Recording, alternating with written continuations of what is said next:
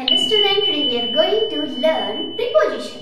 चला आज आपल्याला पाहिजे preposition. Preposition म्हणजे भरपूर काही preposition आहेत. मग कुठलं preposition कधी वापरायचं हा खूप जणांना खूप जंबल होतं. Why? Because of many kinds सेमच आहे, पण वापरण्याची पद्धत वेगळी आहे. मग असे कुठले आहेत? चला बघूया वेळ न घालवता preposition. First, among. मग जे among कधी वापरायचं आपल्याला माहिती आहे. among म्हणजे काय? च्यामध्ये. मग between म्हणजे काय? च्यामध्ये. दोन्ही पण प्रीपोजिशन आहेत. among आणि between दोन्ही पण प्रीपोजिशन आहेत.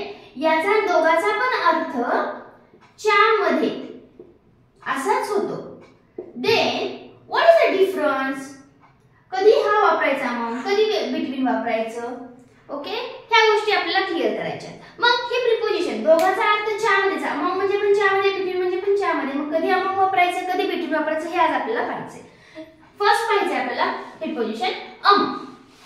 मग among म्हणजे काय? च्यामध्ये. ओके, मग कधी वापरायचं among?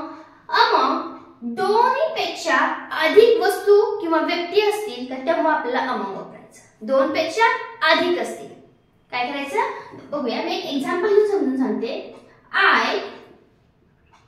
found him standing among, पहा इथं among आले, among the crowd.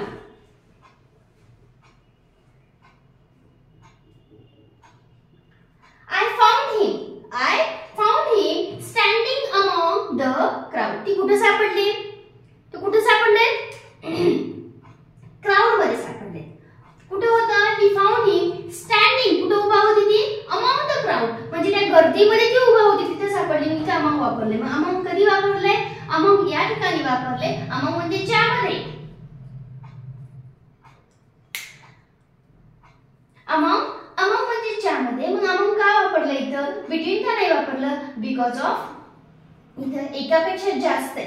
एकापेक्षा जास्त crowd, not 2 3 4 5.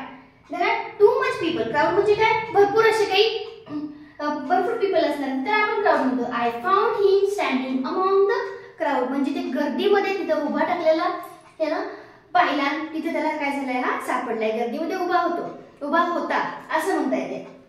I found him standing among the crowd म्हणजे काय? एकापेक्षा जास्त. काय? एकापेक्षा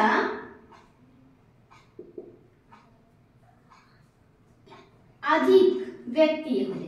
काय होतं? एकापेक्षा अधिक व्यक्ती होते त्या ठिकाणी काय वापरणार आपण? among वापरायचं. बघा नेक्स्ट एक्झाम्पल घेऊन अजून एक.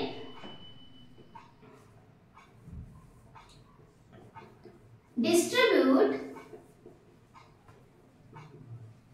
these chocolate among the children. आता चॉकलेट डिस्ट्रीब्यूट करायचे. चॉकलेट काय करायचे? वाटायचे. डिस्ट्रीब्यूट करणं. पुन्हा 2-3 आहेत का? येस. चिल्ड्रन मुलं आहेत. भरपूर मुलं आहेत. म्हणजे याच्यावरून कळतं की एकापेक्षा जास्त मुलं आहेत. एकापेक्षा जास्त मुलं आहेत त्या ठिकाणी आपल्याला काय करायचंय? चॉकलेट वाटायचे. म्हणजे इथं काय आलंय? क्राउड असते किंवा खूप जण असतात तेव्हा आपण काय वापरणार? एकापेक्षा जास्त जण असतील तर आणि तेव्हा आपल्याला जेव्हा उल्लेख करायचा की इथं एखादी गोष्ट द्यायची आहे, काही पण इंडिकेट करायचं असेल पण त्या ठिकाणी व्यक्ती किंवा वस्तू कशी असणार आहे? 2 पेक्षा जास्त असणार आहे तेव्हा आपण काय वापरायचं? among वापरायचं. मग between कधी वापरायचं? दोघाचा तर अर्थ तोच आहे. मग between कधी वापरायचं? चला पाहूया. between म्हणजे काय आपण पाहिलं? between म्हणजे सुद्धा च्यामध्ये. मग काय फरक आहे दोघांमध्ये? among मध्ये आणि between मध्ये? चला एक मोस्ट इम्पॉर्टंट म्हटलं तर एखाद्या वाक्यात जर between आलं, एखाद्या वाक्यात between आलं त्याच वाक्यामध्ये and आलेलं असतं. त्या वाक्यामध्ये and आलेलं असतं. between आलं पण तेच दोन घटकामध्ये दोन घटक असतील किंवा दोन गट असतील त्या दोन गटामध्ये किंवा दोन घटक असतात फक्त त्या दोन घटकामध्ये काय असतं, तिथं काय होतं, 2 पेक्षा अधिक होतं अमोंग मध्ये, 2 पेक्षा अधिक. इथं काय दोघांमध्येच काय दाखवायचं आपल्याला, कंपेअर दाखवायचं असेल किंवा दोघांविषयी बोलायचं असेल, दोघं कुठे जाणार असतील, काही असू द्या, 2 घटकामध्ये असा जर शब्दप्रयोग असतील तर तेव्हा आपल्याला वापरायचं बिटवीन. आणि बिटवीन जेव्हा वाक्यात वापरलं असतं त्या ठिकाणी अँड आलेलंच असतं. ओके, तर एक्झाम्पल घेऊन तुम्हाला सांगते की लगेच समजून येईल तुम्हाला. डिस्ट्रीब्यूट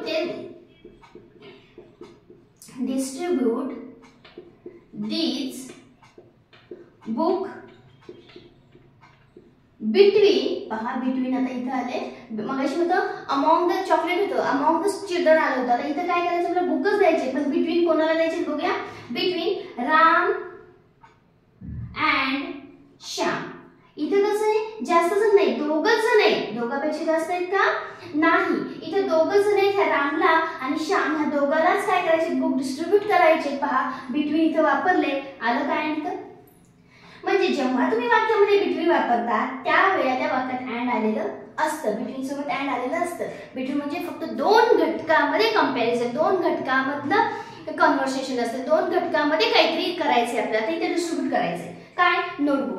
कशाने, श्याम आणि राम मध्ये नोटबुक द्यायचे म्हणून बिटवीन आलं, का की दोघच जण आहेत श्याम आणि राम, आणि या वाक्यामध्ये ज्या वाक्यात अँड आलेलं असतं तिथं, सॉरी बिटवीन आलेलं असतं तिथं अँड वापरलेलं असतं. चला नेक्स्ट.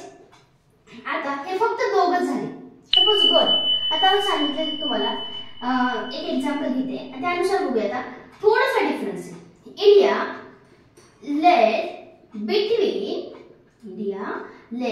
बिटवीन चीन. आता 2च घटक नाहीत, थोडंच वेगळे. चीन, पाकिस्तान,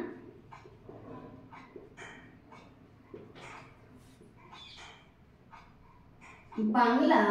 आता काय तिथे बांगलादेश अँड श्रीलंका.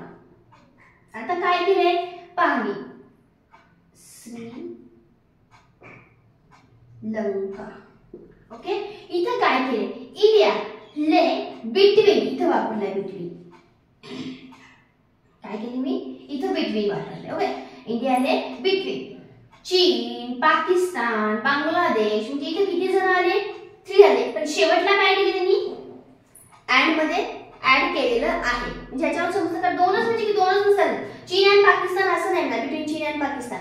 जर जास्त जरी असतील, बिटवीन जास्त जरी वापरला असेल तर त्यामध्ये अमाउंट मध्ये ऍड आलं होतं का, नाही. पण बिटवीन जेव्हा केलं तर जास्त जर असेल तर कन्फ्युज होऊ नका. This is the right, because of याचा तो वापर तुम्हाला फाइंड द एरर असो, सेंटेन्स ब्रेकिंग असो, त्यावेळेला तुम्हाला करता येईल. ओके, त्यामुळे प्रिपोजिशन व्यवस्थित शिकून घ्या. इंडिया लेट्स बिटवीन चीन, पाकिस्तान, बांगलादेश अँड आलं. म्हणजे एवढ्या अँड श्रीलंका असं म्हणलेलं असतं. म्हणजे बिटवीन कधी वापरायचं, 2 पेक्षा अधिक असेल त्यावेळेस पण आपण कधी वापरलेलं आहे, पण त्या वाक्यामध्ये अँड आलेलंच असतं. ओके, या पद्धतीने आज आपण 2 प्रिपोजिशन पाहिले आहेत, अमॉंग आणि बिटवीन. अर्थ सेम आहे पण वापरण्याची टॅक्ट थोडीशी वेगळी आहे. मला खात्री आहे तुम्हाला समजलं असेल. काही प्रॉब्लेम असेल ते डिस्कस करत चला, कमेंट करत चला, व्हिडिओला लाईक करून घ्या आणि शेअर आणि सबस्क्राईब करायला मात्र विसरू नका. थँक्यू.